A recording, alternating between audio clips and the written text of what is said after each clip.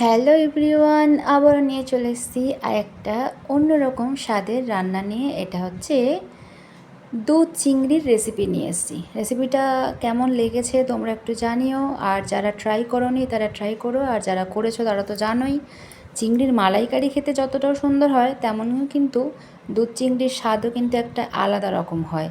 মানে আমি করেছি, ফার্স্ট টাইম করলাম, আমিও ফার্স্ট টাইম রান্না করেছি, কিন্তু খুব ইয়াম্মি হয়েছে, পুরো ইয়াম্মি যাকে বলে। চিংড়ি মাছ অবশ্য যাতেই পড়ে তাতেই ভালো লাগে, তাই না? তার জন্য দেখো, প্রথমে আমি আলু নিয়েছিলাম কটা। আলুটা নিতেই হতো কারণ রুটি দিয়ে যেহেতু খাওয়া হবে। টমেটো নিয়েছি, পেঁয়াজ নিয়েছি, এখানে নিয়েছি দুটো আমুল দুধ, আর এখানে দেখো পেঁয়াজ, আদা, রসুন আর একটুখানি কাঁচা লঙ্কা গ্রাইন্ড করে নিয়েছি মিক্সিতে। এদিকে আমি কড়াইটা গরম করতে বসিয়ে দিয়েছিলাম। যথারীতি কড়াই গরম হয়ে যাওয়ার সঙ্গে সঙ্গে আমি প্রথমে তেলটাকে গরম করে নিলাম। নেওয়ার পরেই দিয়ে দিয়েছি উপর থেকে আলুগুলো, টকাস করে তেলের মধ্যে ছেড়ে দিলাম।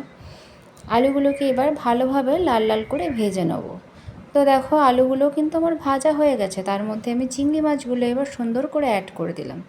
চিংড়ি মাছটা না দেওয়ার সঙ্গে সঙ্গে যেন নুন হলুদ কেউ দেবেন না, তাহলে একটু জল জল ভাবটা বেরোয়। একটু ভাজা ভাজা হয়ে যাওয়ার পরে যদি নুন হলুদ দেওয়া হয় তাহলে ভাজাটা কিন্তু প্রপারলি সুন্দর হয়। দেখো আমার চিংড়ি মাছটা কিন্তু সুন্দর করে ভাজা হয়ে গেছে। এবার চিংড়ি মাছগুলো বলছি সাইড দে সাইড দে, ওরা সাইড দিয়ে দিয়েছে। তার মধ্যে আমি একটু গোটা গরম মশলা অ্যাড করলাম, একটু টমেটো কুচি অ্যাড করেছি, দিয়ে ভালো করে ভাজতে থাকবো। টমেটোটা যাতে, লবণটা যেহেতু তেলের মধ্যেই আছে সেই জন্য টমেটোটা ভালো করে কিন্তু মেল্ট হয়ে যাবে। টমেটোটা যত সুন্দর মেল্ট হবে তত সুন্দর ভালো হয়। দেখো টমেটোটা কিন্তু সুন্দরভাবে মেল্ট হয়ে গেছে। এরপর আমি একে একে এর মধ্যে অনেক মশলাই দেবো। তার আগে আমি কিন্তু পেঁয়াজ, আদা, রসুন আর কাঁচা লঙ্কার যে মিক্সচারটা করে রেখেছিলাম সেটা আমি ভালোভাবে দিলাম, দিয়ে ভালোভাবে একটু কষাতে থাকবো। অনেকক্ষণ ধরে একটু কষাতে হয়।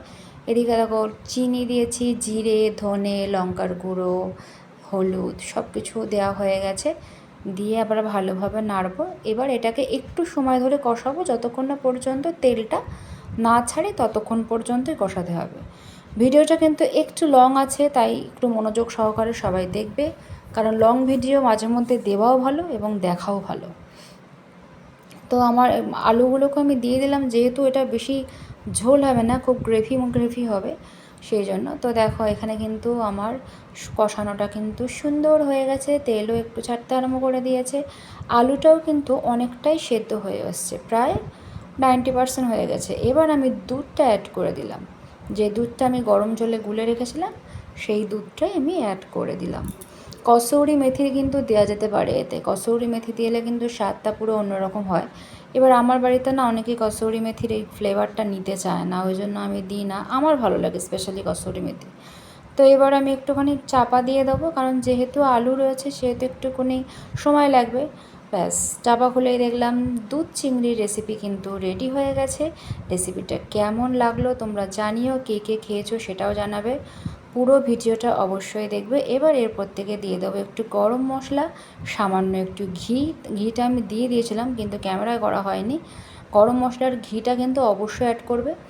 আর যেহেতু চিংড়ি মাছ তাই একটু চিনির পরিমাণটা সামান্য একটু বেশি লাগে, কিন্তু খেতেও ভালো হয় তার জন্য।